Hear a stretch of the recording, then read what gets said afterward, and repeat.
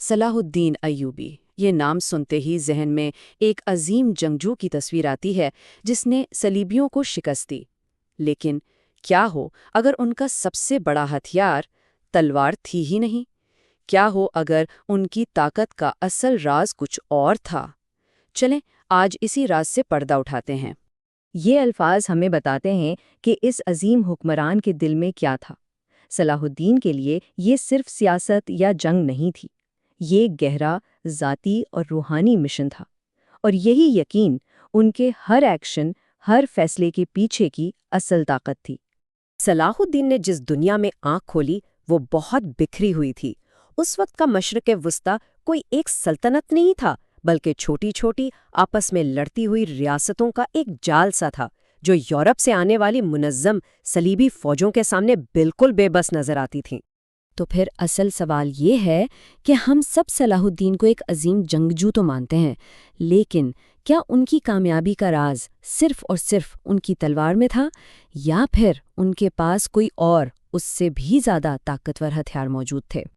سچ تو یہ ہے کہ وہ صرف ایک جنرل نہیں تھے، ان کی شخصیت میں 3 چیزوں کا ایک نایاب امتزاج تھا: فوجی طاقت، کمال کی سفارتکاری اور ایک مضبوط اخلاقی کردار، اور یہی تینوں چیزیں مل کر ان کی کامیابی کا اصل راز بنتی ہیں۔ صلیبیوں سے لڑنے سے بھی پہلے صلاح الدین کا اصل چیلنج تو اندرونی تھا۔ انہیں پہلے بکھرے ہوئے مسلمانوں کو ایک جھنڈے تلے اکٹھا کرنا تھا، اور انہوں نے یہ کام تلوار کے زور پر نہیں بلکہ اپنی ذہانت سے کیا۔ ان کا پہلا میدان جنگ دراصل مذاکرات کی میز تھی۔ تو وہ کرتے کیا تھے؟ ان کا طریقہ بہت دلچسپ تھا۔ وہ ہر ممکن کوشش کرتے کہ جنگ نہ ہو۔ وہ امن معاہدے کرتے، اہم خاندانوں میں شادیاں کروا کے اتحاد بناتے، اور بغداد کے خلیفہ سے حمایت لے کر اپنی حکومت کو ایک مذہبی پہچان دیتے۔ یہاں تک کہ انصاف کے چھوٹے چھوٹے علامتی کام بھی ان کے ہتھیار تھے۔ مقصد بالکل صاف تھا: آپس میں لڑنے کے بجائے اصل دشمن پر توجہ مرکوز کی جائے۔ اس کی سب سے اچھی مثال مصر پر ان کا کنٹرول ہے۔ جیسے ہی وہ حکمران بنے، انہوں نے شام کو جنگ سے فتح نہیں کیا بلکہ صلح اور اتحاد کے ذریعے اپنے ساتھ ملایا۔ بغداد کے خلیفہ کی حمایت نے انہیں وہ سیاسی اور مذہبی طاقت دی جس کی انہیں سخت ضرورت تھی، اور اس طرح وہ اپنے تمام وسائل اندرونی لڑائیوں سے ہٹا کر صلیبی ریاستوں کے خلاف استعمال کر سکیں۔ اب جبکہ سب ایک تھے، صلاح الدین اپنے سب سے بڑے، سب سے اہم مقصد کی طرف بڑھ سکتے تھے۔ وہ مقصد جس نے ان کی پوری زندگی کو ایک پہچان دی: مقدس شہر یروشلم کی واپسی۔ اور پھر جو ہوا وہ تاریخ میں بجلی کی سی تیزی سے رقم ہوا۔ جولائی 1187 میں حطین کی فیصلہ کن جنگ میں صلیبیوں کی متحدہ فوج کو ایسی شکست دی کہ ان کی کمر ہی ٹوٹ گئی۔ اس فتح نے یروشلم کا راستہ بالکل صاف کر دیا۔ ستمبر تک وہ شہر کے دروازوں پر تھے اور اکتوبر میں شہر فتح ہو چکا تھا۔ 91 سال کے بعد یروشلم مسلمانوں کے پاس واپس آیا تھا۔ یہ صرف ایک فوجی جیت نہیں تھی، یہ ایک بہت بڑی تاریخی اور علامتی کامیابی تھی۔ لیکن یہ فتح کیسے حاصل کی گئی، یہ کہانی کا سب سے اہم حصہ ہے۔ جب 1099 میں صلیبیوں نے شہر پر قبضہ کیا تھا تو انہوں نے وہاں خون کی ندیاں بہا دی تھیں۔ اس کے بالکل برعکس صلاح الدین نے شہر کو مکمل معافی دے دی۔ انہوں نے شہریوں کے لیے ایک پرامن فدیے کا انتظام کیا، اور یہاں تک کہ اپنی جیب سے ان غریبوں کی آزادی کی قیمت ادا کی جو فدیہ نہیں دے سکتے تھے۔ یہ کوئی کمزوری نہیں تھی، بلکہ یہ ان کے اخلاقی طاقت کا ایک سوچا سمجھا استعمال تھا۔ یروشلم کی فتح کی خبر یورپ میں آگ کی طرح پھیلی، اور اس نے تیسری صلیبی جنگ کو بھڑکا دیا، اور اس جنگ نے صلاح الدین کو ان کے سب سے مشہور حریف کے سامنے لا کھڑا کیا: انگلستان کے بادشاہ رچرڈ اول، جنہیں دنیا رچرڈ دی لائن ہارٹ یا رچرڈ شیر دل کے نام سے جانتی ہے۔ 6 لاکھ؟ اندازہ ہے کہ یورپ کی متحدہ فوج میں 6 لاکھ فوجی تھے جو ان کا مقابلہ کرنے آئے۔ یہ ایک بہت بڑی ناقابل تصور طاقت تھی۔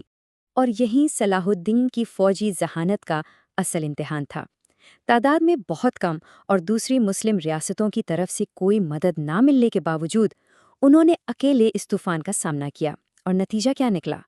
انہوں نے جنگ کو ایک ایسی جگہ لا کر روک دیا جہاں صلیبی آگے نہیں بڑھ سکتے تھے، وہ انہیں توڑ ہی نہیں سکے۔